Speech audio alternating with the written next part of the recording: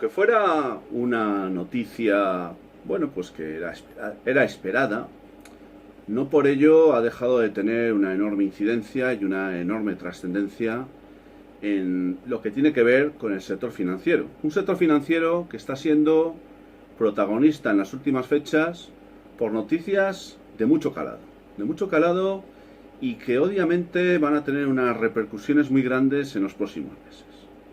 Concretamente en este vídeo os voy a hablar de la suspensión hasta el próximo día 1 de enero del año 2021 de la repartición de dividendos por parte de los bancos de la zona euro.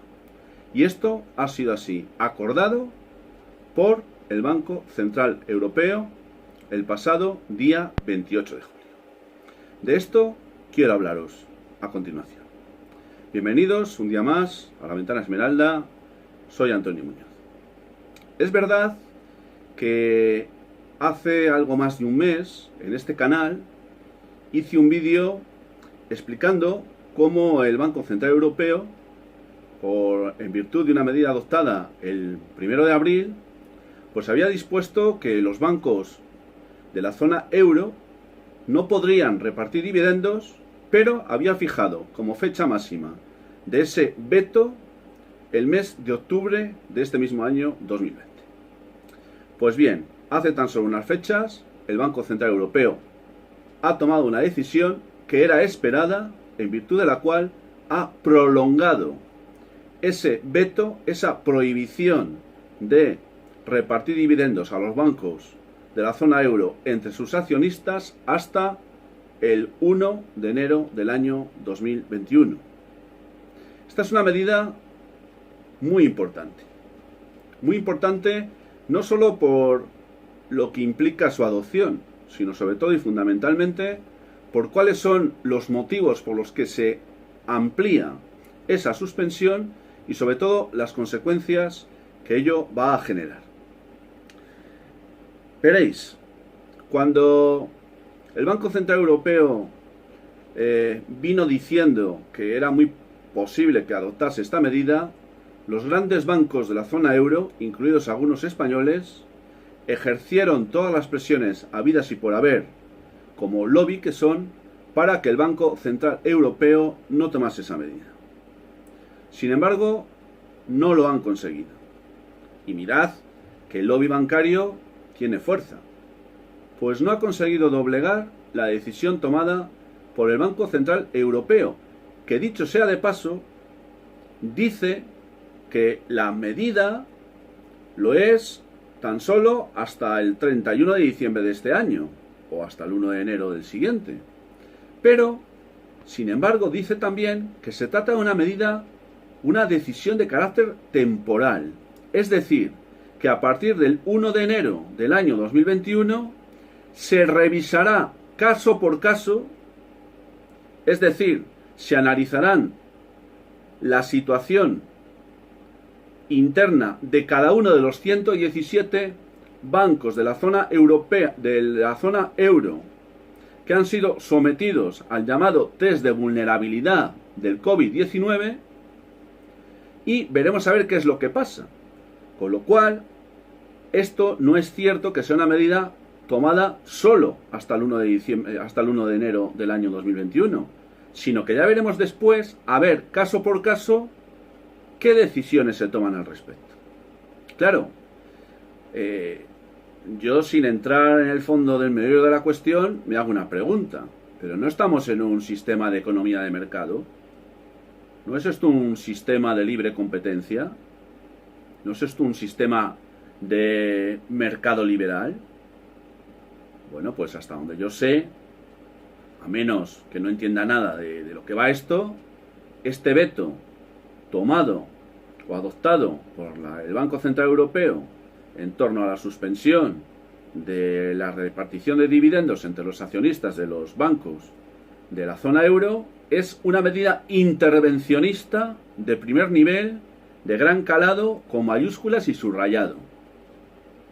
Pero entonces, ¿en qué quedamos? Nos dijeron que el mercado común antes y la Unión Europea ahora se caracterizaba por el libre mercado, la libre competencia y todas estas historias. Cuando resulta que estamos viendo una vez más, y esto es un ejemplo palmario evidente, de que el intervencionismo ejercido por la Unión Europea, en este caso el Banco Central Europeo, es de tal nivel que alguno, a lo mejor, pues termina diciendo que esto se trata de una auténtica dictadura, y algunos componentes tiene de ella. Bien, ¿por qué se ha tomado esta medida por parte del Banco Central Europeo? Pues el Banco Central Europeo ha tomado esta medida porque después de someter a los 117 bancos de la zona euro al llamado test de vulnerabilidad del COVID-19 para ver la situación en la que se encuentran esas entidades financieras para afrontar las consecuencias derivadas de la pandemia, pues ha llegado a la conclusión de que no se fía de la situación en la que se encuentran las entidades financieras en su conjunto. Y este test de vulnerabilidad, que ha sustituido al test de resistencia de estrés, que tenía que haber hecho el EBA y que no ha hecho, y que ha tenido que ejercer al final el mando único de supervisión, pues ha traído como consecuencia pues algunos datos que han sido dados a conocer de una manera generalista, de una manera digamos conjunta, pero no por países ni tampoco por entidades. No vaya a ser que alguno se asuste o alguna entidad se ponga nerviosa. Sin embargo, han trascendido algunos datos. Por ejemplo, que las entidades financieras españolas pues están bien en lo que tiene que ver en relación a cómo afrontar un impacto de carácter medio, es decir, de los tres escenarios posibles, contemplando el segundo, España o las entidades financieras españolas estarían bien colocadas para afrontar un escenario de nivel 2, pero estarían sin embargo muy mal situadas en lo que concierne a los ratios de capital y también a que la economía española está siendo, y más que va a ser, la más golpeada de toda la zona euro junto con la italiana. Precisamente son las entidades financieras italianas, dato que no se ha hecho público pero que ha trascendido, las que salen peor paradas de este test de vulnerabilidad. Pero fijaros, incluso los bancos españoles salen mejor parados que los alemanes y los franceses. Y esto a mí me ha hecho, cuando menos, plantearme una cuestión.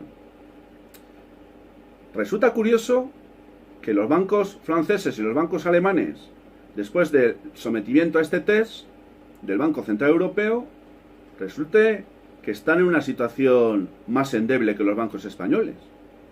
¿Podría tener esto algo que ver con las decisiones tomadas en el famoso acuerdo de Bruselas de hace unos días? Donde, atención, el eje franco-alemán fue el más interesado en que a países como España o como Italia se les hiciera llegar una enorme cantidad de dinero, los dos países más beneficiados en este sentido, entre otros motivos porque también han sido los más golpeados por el COVID. Qué casualidad que el eje franco-alemán haya sido el patrono principal, el defensor principal de que ese dinero llegara a países como España o como Italia. Más allá de la solidaridad, que voy a pensar por un momento que existe en los dirigentes de estos estados, ¿no tendrá algo que ver con que parte de ese dinero al final vaya a llegar precisamente a los bancos que peor se encuentran? Como son los bancos alemanes y los bancos franceses, a través de recursos dinerarios hechos llegar por parte de bancos españoles, a los cuales de alguna manera les hubiera llegado también parte de ese dinero. Pues cuando menos he querido plantear la duda. Resulta que si uno decide invertir en un banco o decide poner sus ahorros en un banco y decide participar como accionista comprando acciones de esa entidad financiera, lo hace para sacar una rentabilidad, que además en muchos casos se le garantiza, en parte, aunque cuando hablamos de acciones estamos hablando de renta variable y de bolsa, y ahí pues eso es un poco como jugar a la lotería. Pero fijaros, ¿sabéis cuánto dinero en concepto de dividendos falta por repartir porque se ha suspendido entre los accionistas de los bancos españoles? Pues nada más y nada menos que correspondientes solo al ejercicio 2019, 27.500 millones de euros. Que en este momento están en poder de la banca porque no ha podido repartirlos en concepto de dividendos porque hay alguien, que es el Banco Central Europeo, que ha suspendido esa repartición. A eso hay que sumarle otros 2.500 millones correspondientes al primer trimestre de este año 2021.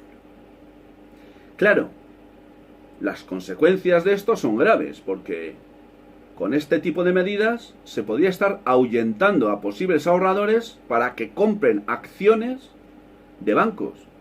Y eso podría suponer un freno al crecimiento de esas entidades y también a sus márgenes de beneficios. Es decir, que por un lado se dice, como no me fío de los bancos, esto no lo dicen con esas palabras, pero se puede inferir de la decisión tomada por el Banco Central Europeo, lo que hago es suspender la repartición de dividendos.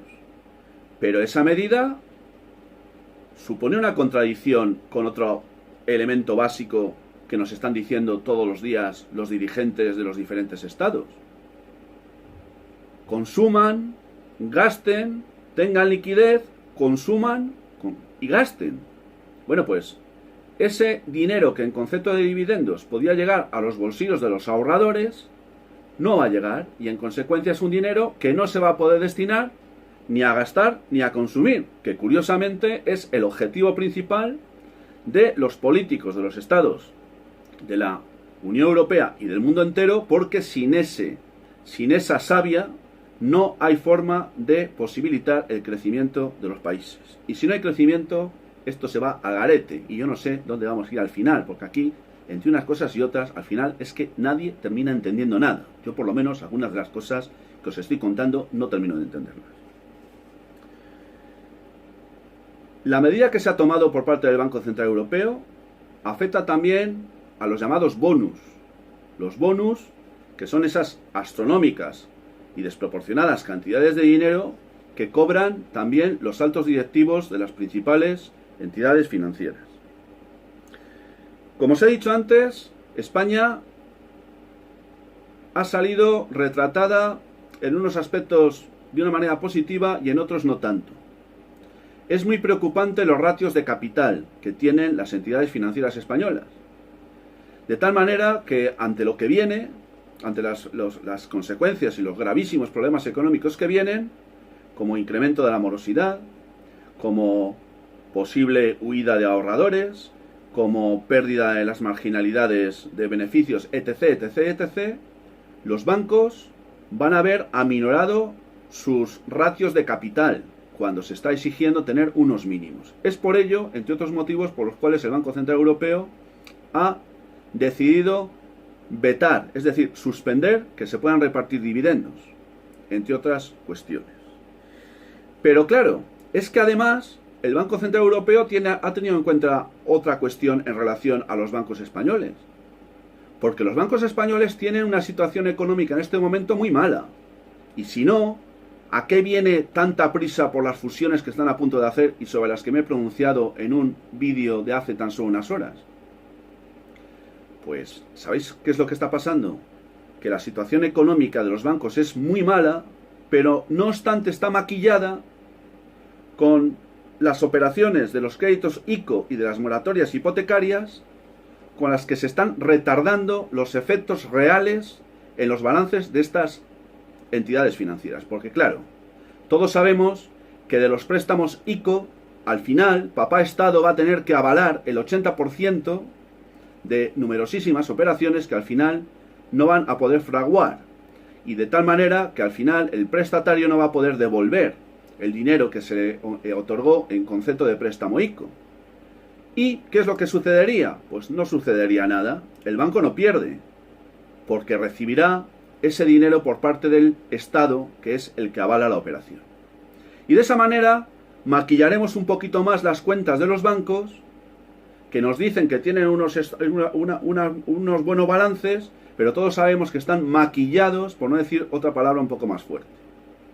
Y mientras esto ocurre, y concluyo, os diré que Alemania hoy, día 30 de julio, ha dado a conocer los datos de la caída de su Producto Interior Bruto en lo que va de año. Y en lo que va de año, Alemania ha dado a conocer hoy que la caída del Producto Interior Bruto de este país es la mayor de su historia, superior al 10%. En fin, la verdad es que son datos, la verdad es que bastante alarmantes, pero son datos reales y es a lo que tenemos que atenernos. Y desde este canal he dicho siempre que aquí no vamos a ocultar nada y que trataremos de hacernos eco de lo que sucede, intentando ver hasta donde somos capaces cuáles son las causas y también cuáles son sus efectos o consecuencias. Gracias por estar ahí, de verdad, gracias por vuestra fidelidad. Sin más y hasta muy pronto, os envío como siempre mi saludo fraternal de salud y libertad.